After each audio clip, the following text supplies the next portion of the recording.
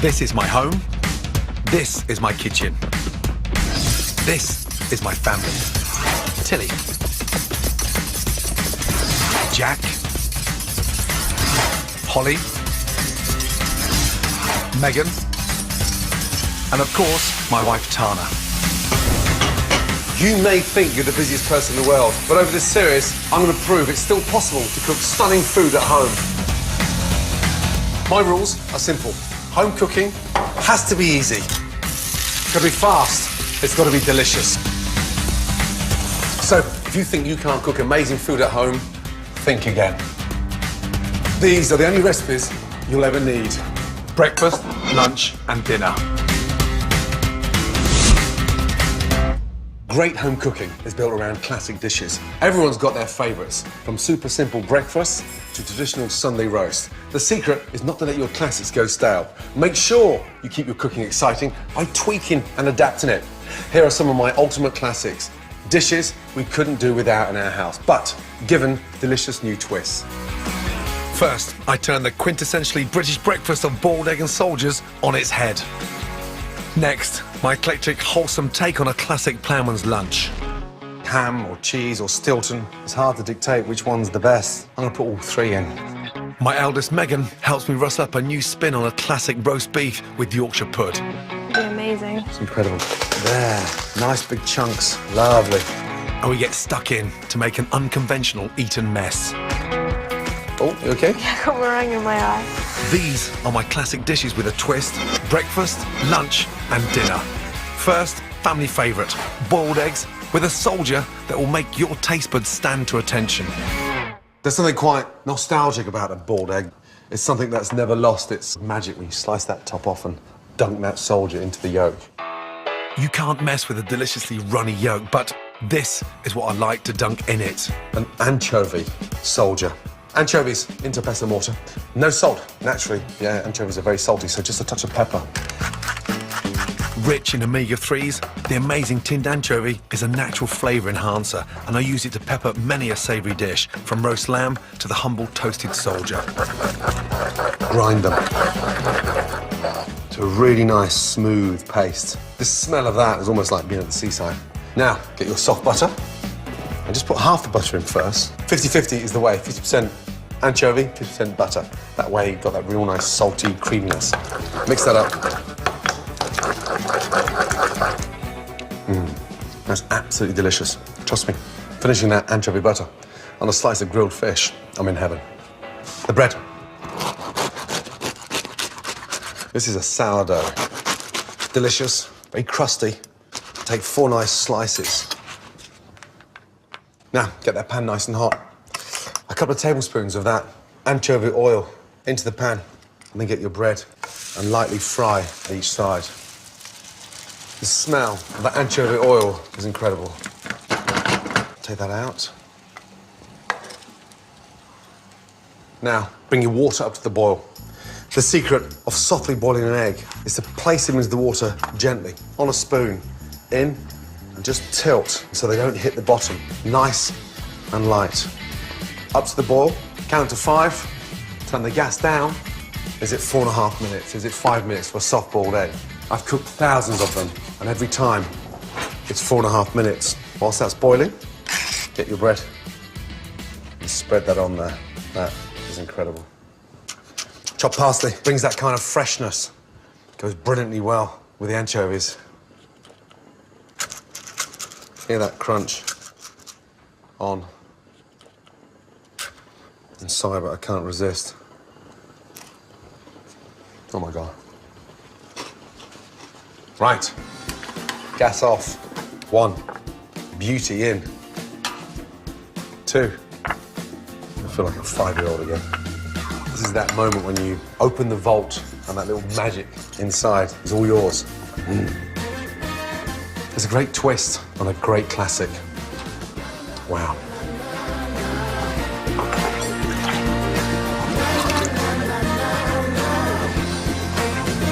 Perfectly soft-boiled eggs with dressed-up anchovy butter soldiers.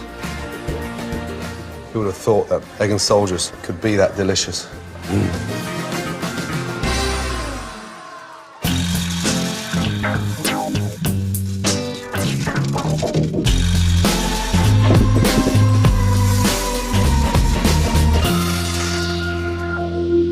Classic recipes tend to be made with ingredients we all know very well. But however familiar they are, it always pays to hunt out the very best. Here are a few tips when you're buying the key ingredients for today's lunch and dinner recipes.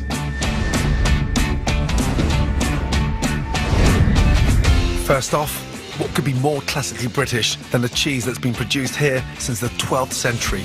Cheddar. Originally made in the caves of the Cheddar Gorge in the West Country, it's still far and away the UK's cheese of choice. In Britain, cheddar outsells all the other cheeses combined. Good quality cheddar has an amber, yellow hue, and it's firm but not greasy or hard. Ribber beef is the classic granddaddy of all roasting joints. Its generous marbling of fat keeps this flavoursome meat moist and succulent. As a rule of thumb, one rib should generously feed 2 mouths. To feed my rabble for dinner tonight, I'll be needing a 3-rib joint. No roast beef dinner is complete without the nose-tingling delight that is horseradish sauce. A member of the mustard family, this root is related to wasabi, broccoli and cabbage, but looks more like a knobbly parsnip. For dinner tonight, I'm going to break with tradition and give my Yorkshire pud batter a delicious horseradish kick. A dish becomes a classic because it's delicious and somehow strikes a chord with us. It just works. Sometimes these dishes can become tired, but a clever twist helps make them fresh again. You can't get more classic than a centuries-old midday meal of bread, cheese and beer. Reinvented and marketed by pubs as a ploughman's lunch in the 60s, I'm now giving it my 21st century take. Like ploughman's with the most amazing but super simple beer-baked bread, hearty and full of flavour. For a really quick and easy bread dough, sieve a mix of wholemeal and self-raising white flour with a good pinch of salt. Salt is really important in the bread. It's the first thing I do once I've cracked it and smelt. You want to smell that salt baked throughout. Beer in, about 250 mils of beer. And the reason why this recipe works so well is that the beer, it's got that yeast. So naturally, it's going to work beautifully. Give that a really good mix. I'm looking for the mixture to be quite wet. If the dough becomes too firm, then it's going to cook dry in the centre. Just as it starts to fall through the whisk, that is perfect. Beautiful. This mix will work really well as one large loaf, but I want to make my ploughman's a little bit more special. Small tins give it that kind of intimacy, and I quite like having my own little loaf. Give the moulds a really nice lining with butter. Make sure you butter the top. Now, a tablespoon of flour. Dust inside the mould. That will stop your mixture sticking. Tap out any excess. 3/4 fill your little moulds. We're going to allow it to sort of rise just so it comes above the mould and forms this really nice miniature loaf. Onto the tray, centimetre apart. Into the oven, 25 to 30 minutes at 180. Something quite nice about the smell of home-baked bread in the kitchen. Delicious. No ploughman's is complete without pickled onions. Red onion is a lot sweeter, less harsh than a white onion. The early days of ploughman's, you've got those ghastly, sharp, pickled onions that make you almost cry when you're crunching them. I'm going to lightly pickle my red onion. Just push your fingers through so you get these nice sort of onion rings. A little touch of salt, a little sprinkle of sugar, and then a couple of cloves in there. That gives it a really nice sort of perfume and sort of makes the pickling slightly more mellow. Red wine vinegar. Now, if you haven't got red wine vinegar, white wine vinegar is just as good, but red matches the red onion, so it goes hand in glove. A couple of tablespoons of vinegar. Just give that a really good mix. To speed up the pickling process, use a weight to put pressure on the onions.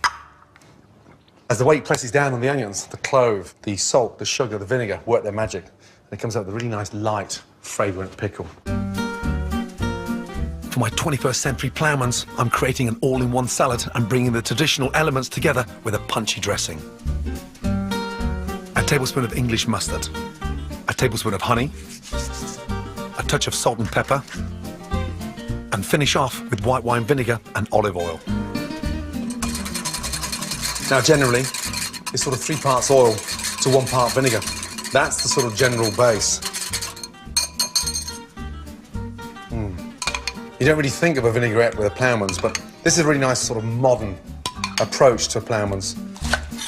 For my ploughman's salad, I'm using a mixture of robust and crunchy romaine lettuce and punchy watercress. If I was making a watercress soup, I'd use the stalks. But the stalks are a little bit bitter, so I just grab them like that, pinch them, and then twist. Very peppery, very hot, but so juicy. Watercress in, your celery, chop it nice and finely. It's the one thing that everybody leaves is that stick of celery, so scatter it amongst the salad. A bit of oomph and colour from some sliced radishes and sweetness from a thinly sliced apple. Whilst you're busy throwing your ploughman's salad together, do not forget about your beer bread. Before it comes out, I'm going to glaze the top with a little touch of milk. That'll put a really nice finish to the bread. Back in for the last 5 minutes. Now for the magic in the ploughman's. Generally, you'd see it as a ham or cheddar or Stilton ploughman's. It's hard to dictate which one's the best. So, for the ultimate ploughman's, I'm adding all three. With your cheddar, peel some nice shards of that delicious, creamy cheddar. Just get them dancing on top. The dressing, drizzle round in circles. And then finally, our delicious, lightly pickled onions. Give them a good squeeze.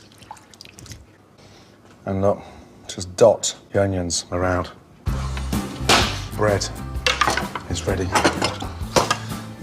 It's got that nice, yeasty smell.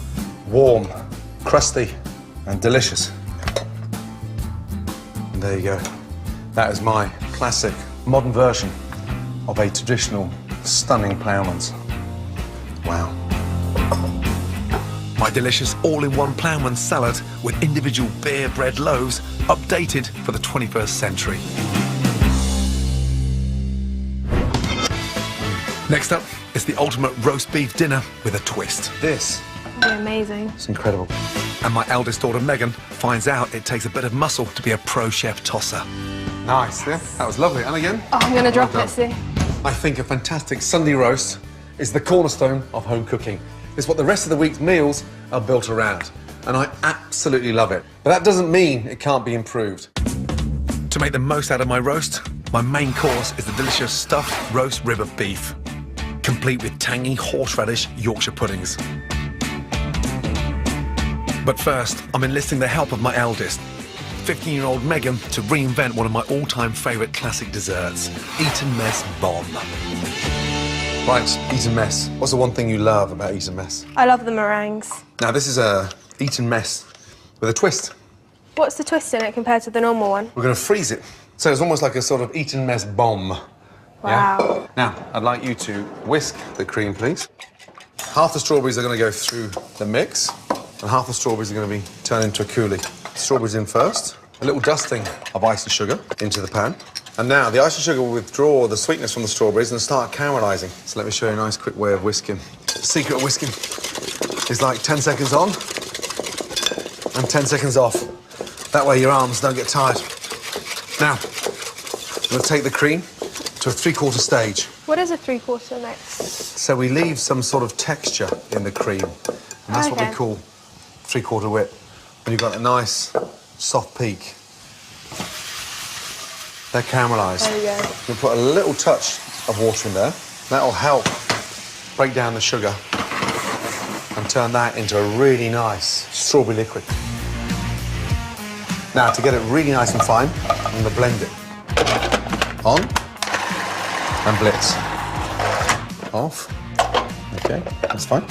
And I want you to use the back of the spoon and push that through the sieve. Okay.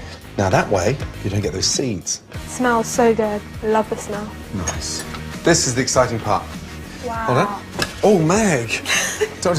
Megan. Right, now the meringue. With your fingers, just crush and flake the meringue into the cream. How big should I crush it, Dad? Or... Get it there. Nice big chunks.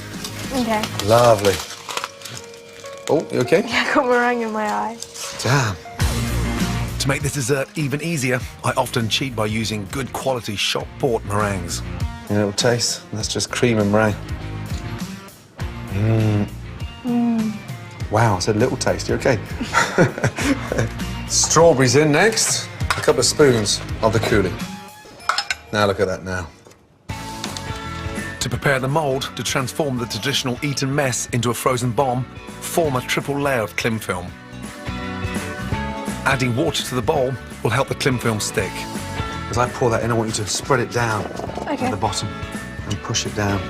Can you hear that crunch? Yeah, it's good meringue. The meringue. Now, fold the cling film over. Put that in the freezer, please. Megan, please. In the freezer she goes. Dessert done. Now for our main course with a twist. That is the ribeye. We've had that in the fridge, not wrapped. So it sort of almost air dries and it intensifies the flavour. Roasts so much quicker and there's less water in the beef. For me, the only downside to a perfect roast dinner is the fight about who washes up afterwards. So Meg and I are going to avoid that by cooking everything in one roasting tin, starting with the spinach and mushroom stuffing. A little bit of salt and pepper, please. Good girl. Some over your left shoulder. Some left shoulder, thank you. In with the garlic and the mushrooms. To toss the pan, you push down and pull back. Oh gosh. Down and push back. Off you go. Take your time. Push it down, and flip back. Good, that's it. Push down. Nice, yeah, that was lovely. And again. Nice. Oh, I'm gonna drop it soon. Well done, well done, well done. Right, we're gonna sort of make a little well. A little touch of butter in the middle. Now, I want you to start putting the spinach in the middle, please. So you can push that down. The spinach is cold, so you're not gonna burn yourself. Be confident in the pan. Toss it, and you'll see it wilting and disintegrating away. Wow. Who would have thought all that spinach could fit in this pan? Because it's a very delicate leaf. It sort of cooks so quickly. Put this all on your board now. And then I just want you to go and give that a nice chop. Then when you're confident with one hand, I want you to pick up the other knife in the other hand. Chop it nicely. Good. Now, outside and come in gently. Good. Regroup. And take your time. Good. Right. Oh, I love that smell. What is that? Lemon thyme. Lemon thyme, that's right. So you get your little thyme stalks and you pull them down, you sort of strip the lemon thyme in. Now, tarragon, a little taste. Brilliant with the beef. Fantastic with chicken and fish. Roughly chop the tarragon, a nice sprinkling of fresh breadcrumbs. So the breadcrumbs almost sort of bring the stuffing together. Next, we're gonna get an egg yolk. Now with the beef, this is the exciting part.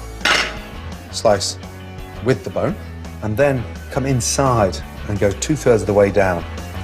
Hold that open for Daddy. Salt and pepper, and then look, we pack our stuffing in there. This Amazing. is incredible. Now, just gently hold that there like that. Okay? Yeah.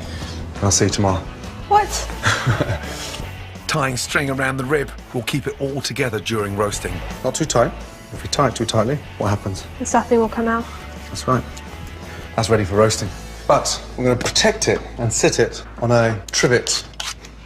So a trivet basically is almost like a sort of little bed. A little bed. That's right. If you want to enjoy these delicious roast vegetables at their best, make sure you remove them from the hot oven after 35 minutes and reheat before serving with your beef. Now, a little mix for the top. A couple of teaspoons of mustard powder in. Salt, a couple of tablespoons of olive oil. Mix that in. I'm going to pour my mustard powder over the beef. So this forms a really nice glaze. My one-pot roast dinner goes into a hot oven 15 minutes at 230 degrees, then down to 170 degrees for another 2 hours. Beautiful. For a delicious twist on traditional Yorkshire puds, I'm going to lace mine with fresh horseradish. Start with plain white flour in a bowl and crack in the eggs. Adding only half of your milk at this stage makes it much easier to whisk all the lumps out.